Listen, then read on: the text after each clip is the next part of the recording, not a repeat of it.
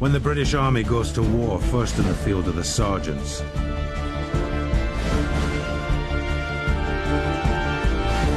To earn their stripes, this elite must survive the infantry's toughest course. This is the story of that course.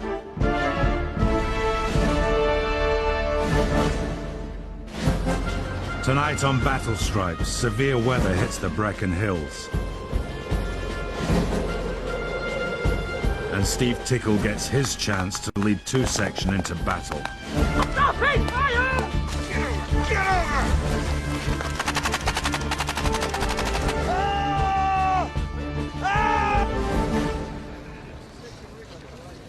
It's week 2 of the platoon sergeant's battle course, and after a night in camp, 2 Section are moving back out into the hills. The guys have been awake since about 6 o'clock this morning. It's extremely cold. They'll move into a harbour tonight before going into a series over the next couple of days of platoon-level attacks. No one's going sick. Sergeant Tickle with a bad back seems to have recovered over the weekend. Right. He's prepared to make a go of it. And I've got one with a testicular injury. Might be joining us later on in the week.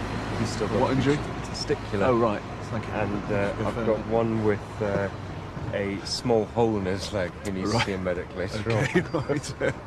So not bad, eh? Not bad. Everyone's turning up. Retreat from Moscow. Yeah. Yeah. Okay. Sergeant Tickle injured his back. He's been in a brace all last week. He's not going sick. He seems to have recovered over the weekend. He is a concern because although he's showing willing to come out and give it a go, he might not be physically up to it. But at the moment, he's with us, so we're happy. Despite failing a fitness test and surviving a bad back injury in the first week, Steve Tickle is soldiering on. Well, it was back spasm and then the muscle seized. So I've been on my physio, on my drugs, and hopefully I'm not that bad so I can crack on. I won't be here if I didn't think I could do it. The weather at present is below freezing. We're expecting gales and possible blizzards as the week develops. That's when the platoon sergeant aspects of the course will be coming to the fore. We're expecting to see men who are physically and mentally drained, perhaps on near exhaustion, to be able to pick themselves up, cope with the weather, cope with the command and control aspects that they have to go through. Tango 338, or this is a 30 for radio check over. As 2 Section move into the Brecon Hills, the temperature is already below 0 and falling. And I'll always believe that on a winter course, 50% of your trouble is the weather.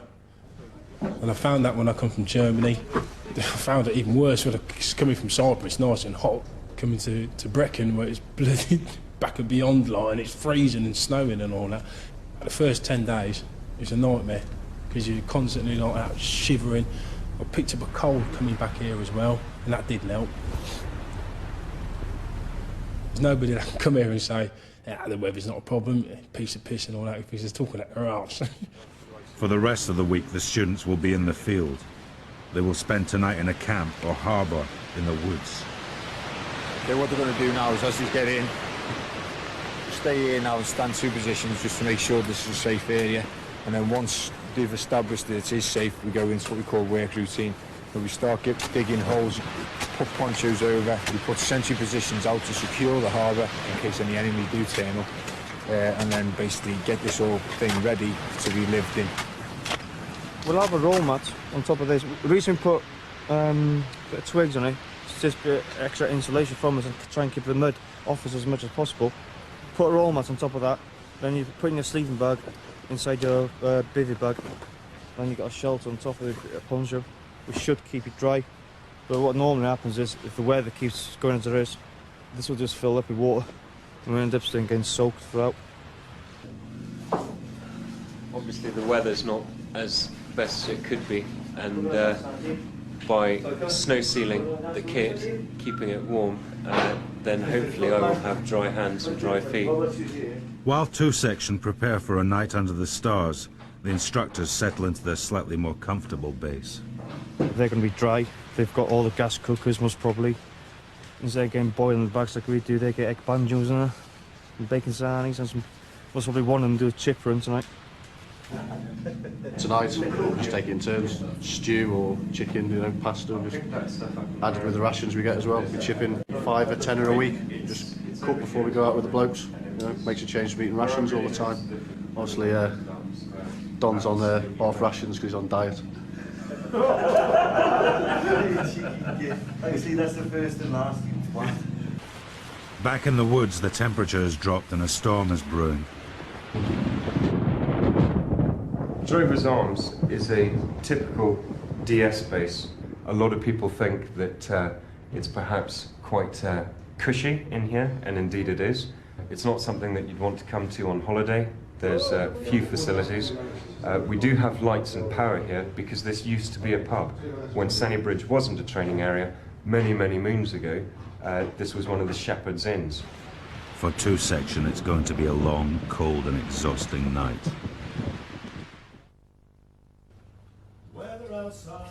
Next morning, and back in camp, Course Commander Major Ken Hames has just had his wake-up call. Let it snow, let it snow, let it snow. The fire outside is frightful. Out on the training area, the temperature has dropped and the rain has turned to heavy snow.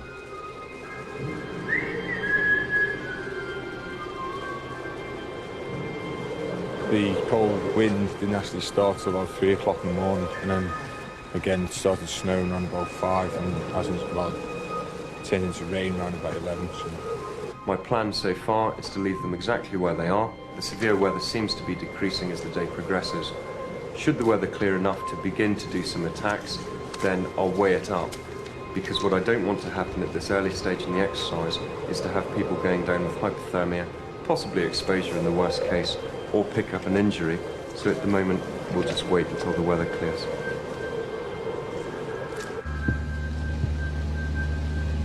Major Hames heads out to the hills to check on his men. You know, if this was Germany, all the gritters would be out now, and we'd be sort of, you know, this would be completely clear. People would be selling, you know, sausages by the roadside. Because it's the United Kingdom, everything grinds to an almighty halt. Anybody can operate in the cold as long as they've got the right equipment. But it's when it's wet and sleety and miserable like this is when you see who can hack it and who can't.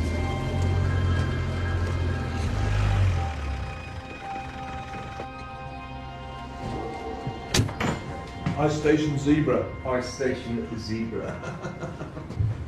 This is sausage and beans. Staple diet. Staple diet for the British infantry. Staple diet for the British infantry, sausage and beans. And actually, these rations are outstanding in every way. I mean, they're full of all the bits and pieces you need. But the great thing is, because they're boiled in a bag, you can see the contents in there. It's not an empty bag.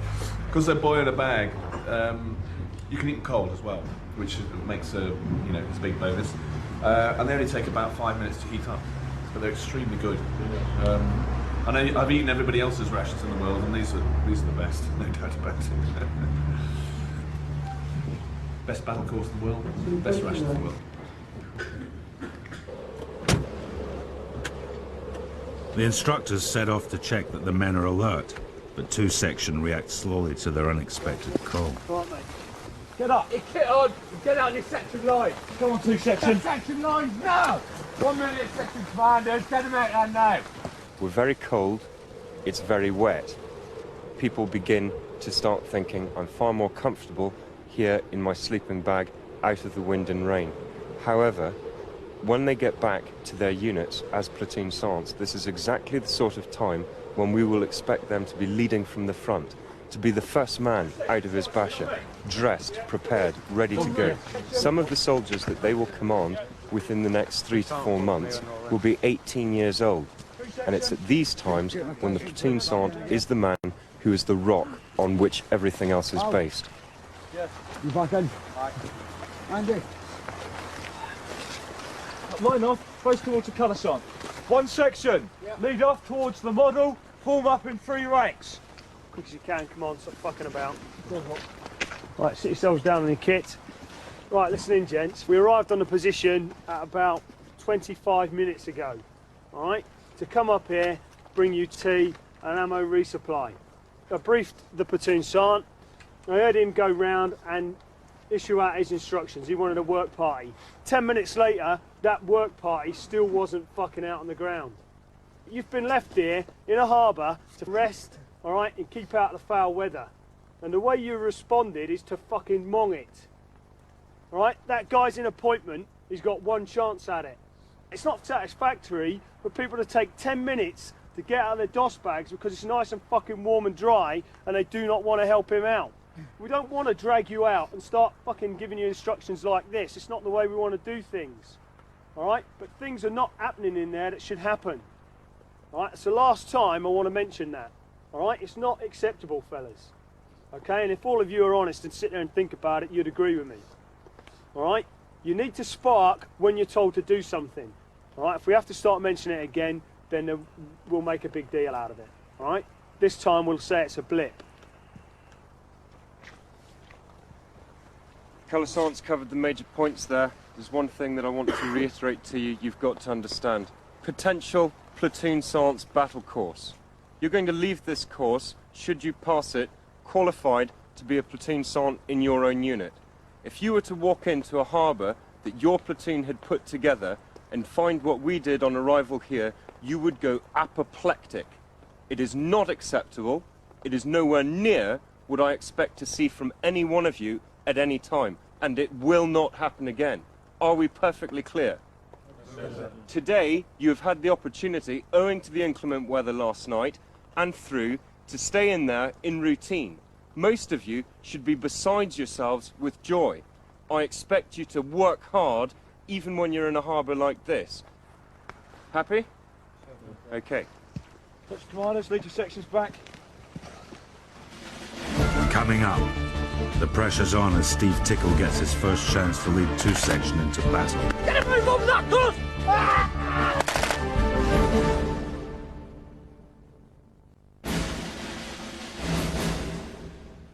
All right, give the same time as me. In the Brecon Hills, the bad weather has cleared. It's Steve Tickle's turn to command 2 section. Yes! After a difficult 10 days, he must do well to impress the instructors. Stay on the link here, the sandbag here. Right guys, I'm linking, we're ready for Delta Fire Team. Yep. You're going to be the fire support. Situation enemy forces. There's 2 locations, the second location being on the edge of the fence line, this being ours. Strength in that location is 1. However, his weapons, he has a medium machine gun, okay? A medium machine gun, 1 man there. Steve Tickle must lead 2 section to find and destroy an enemy bunker. First, he must work out where he is. Shows where we are sorted. 3-0 Alpha. We've come down, so just behind this. Which one did we come out of? This one there, no, we never. What, you reckon you were in there last night, do you? The pressure that a man will be under in a command appointment is largely dependent on the man himself. If he is a weak character, he will be under an enormous amount of pressure, most of which will be self-induced. If he is a strong character who has learned and is willing to demonstrate his ability, the pressure will drop away. Yes, he will be under scrutiny from myself and the rest of the directing staff, but by and large we're in the background. We are evaluating his performance and try not to interfere with it. Charlie Fire Team, you're going to be the assault group. Route to the FUP. All this is quite open ground. Out to your front, what you have is a large prominent valley, okay? And a fence, single fence running off it. Just to the left of that, which is directly to the front through the woods, is a double fence, okay? And the enemy position here is what we are concerned with. This is our position, just out of the valley. His main effort lies with us to destroy the medium machine gun. Happy? Yeah. All right. What do you think of that? What do you think of that as a set of QBOs? Is it all right or not? Yeah, right, we're getting there. However, there's still a bit of detail missing in the plan. Right, your scheme manoeuvre, how you're going to achieve your mission, all right? You need to work on that a bit more and then link in your mission statements. Yes, okay, see what I'm saying? Mission statements need to link in with your plan. However, quick battle orders, we are getting there. When you're in the appointment, you need people to obviously work for you to the best of their ability, and if they see anything or know anything, they should be trying to help you and pass it on. It's a case of everybody helping each other, really. Is that Robbo back? Was you here then for the rest of that orders? Yeah, got him, mate. You got him? Okay, mate, back to grenade man. Happy? Yeah. You got a grenade? You got a grenade? Yeah, got him. Yeah, okay, happy? Yeah. Let's go, let's go. Let's go. 2 section wait for the smoke which will mask their advance.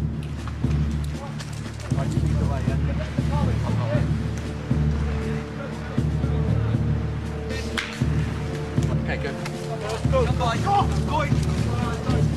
Keep spread out, going across!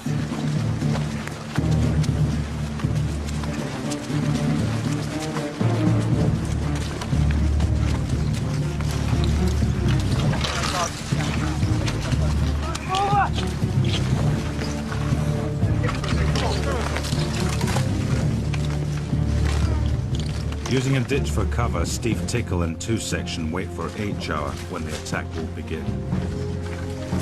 H-hour, 1 minute. Get down. Stop by 10 seconds. No more. Remember to check down the loop first. 5, 2, 1. Away you go.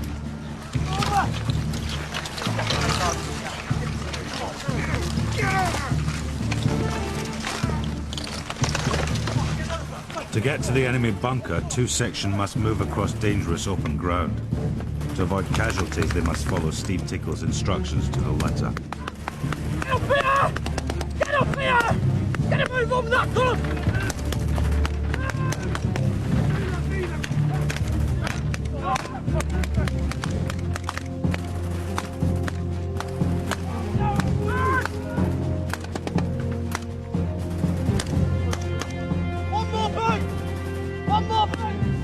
With a group of guys, especially a group of guys as seniors what there was there, you expect them to know really what you want to do. And I remember a point in it when I said to one of the guys, I won't name, you know, like, take the bunker out. So you're meant to do your drills like get the grenade ready, make sure you've got fresh magazine on automatic, and he just got up and run at the bunker. And then then I thought, oh, what are you doing?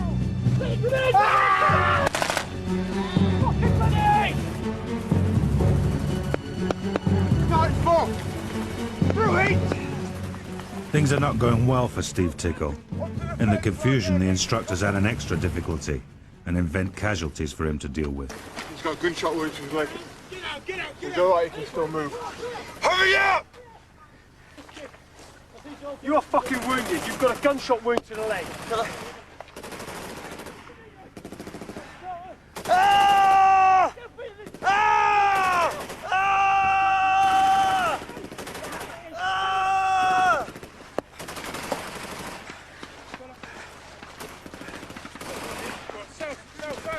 Hey, leave yourself, mate! No fucking aid on that casualty! Magazine! What's your role now? What's your role now, section? Right, try not to inform the 2 commander who knows what's happening. I asked him if your role now. You've assaulted. What are you going to go on to? First of all, well, obviously, engage the depth. That's my main priority, Assault, yes. suppress. Yes. Yeah. So where is the best position here to suppress that enemy position from? From this bunker or in the wood line there. Is it laying in the middle of the No, open it's not. field? No. Right, well, fucking get it sorted then.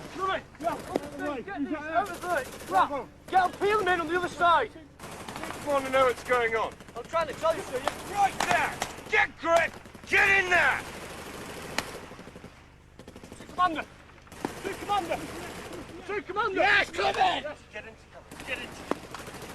Right, this position. Right, show your fucking boats out, right? There's 94 man, he's running around holding a 94. Right, where's the other one? Yes, sir. Right, you! Go around that way, that position now. Go! Go! Go! Right, suppress that one. Be ready to launch! Get up now! Get rapid fire! You've got rapid fire! You've got rapid fire! Give me the mag! In the final moments of the battle, Steve Tickle fights to keep control.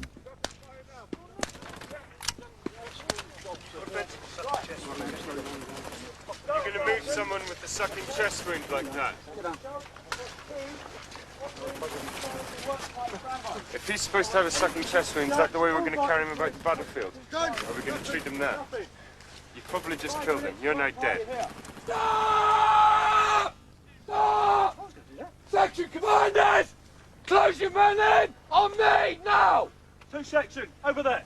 1, 2, 3, 4, 5, 6, 7. Stop what you're doing. And listen. Your personal drills need to be looked at. They're appalling. Your battlefield awareness is crap above section level. It needs to be worked on now. Keller? Right, overall, Sergeant Man and a long appointment. Let down, however, by section commanders. What did I say to you on Monday? Sergeant Tickle. Get them slick. fucking sorted out. And were they today? Were they? Answer? No. They were crap. I've seen privates. In fact, I reckon privates could do better section commanders than some of you lot today. I warned you the other day, and it's pathetic to see people who are potential platoon sergeants who are going to go back and train their platoons and are getting paid as section commanders, can't even do their fucking job properly. Pathetic, isn't it? And it best improve for the next attack. Do you all understand that one? Okay? I'll not accept it, otherwise we'll just get you out Saturday and we'll practice section commanders. Okay? Not platoon sergeants, platoon commander. We'll practice you at being section commanders. Okay? The man who takes a deep breath, concentrates on what he has to do, follows the procedures and directs what he wants done, 9 times out of 10 will pass. Okay, Sergeant Tickle, you failed that appointment. Nah, the reasons behind it are the following. Firstly, your command and control. Alright, you lost command and you lost control of the section during the assault. Alright, you had one guy who assaulted that position from probably 10 or 15 metres, alright, off his own back. Therefore, you have lost control of the section. As far as I could see, you had no plan to actually assault that enemy position. And that's why you lost control and the other guy took over and assaulted the position on his own. Alright? You have got to grip people and tell them what you expect from them. Did you want that guy to assault from 15, 20 metres away? No, because I told him to prepare his grenade and sort his rifle out, and he just got up and fucked off. I stopped him and said, prepare your grenade, get ready. And he went. Okay, you should have known that beforehand. Alright, I know it's disappointing. Alright, you've got to take it on the chin now. Yes, alright, get back in there. Yep. Alright, you'll get another opportunity to do section commander. Alright, any points for me? I just feel like they weren't working for me. I told them the plan. I had a breach with grenade man. But obviously it went tits up and not working. I'll check it on the chin. As I say, I understand people let you down, all right, but it happens in reality, and you need to be prepared to grip them and make them work for you. It was the first attack of the day, and really the guys weren't up to it. But at the end of the day, it falls down onto my head. Lack of command and control was one, lack of plan was the other, which is a load of bollocks. I knew what I wanted to do, but the guys just didn't perform. But then again, it reflects on me. It's my appointment, so up to now, obviously I've had my back injury. I failed a section commander's appointment, so they're probably painting this picture now. Whereas I'm some idiot, which obviously I just need a break to prove that I'm not.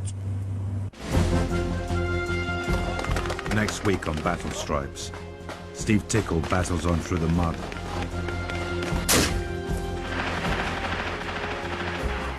And 2 section take to the mountains. You can really like that. But dig into the soul for that one.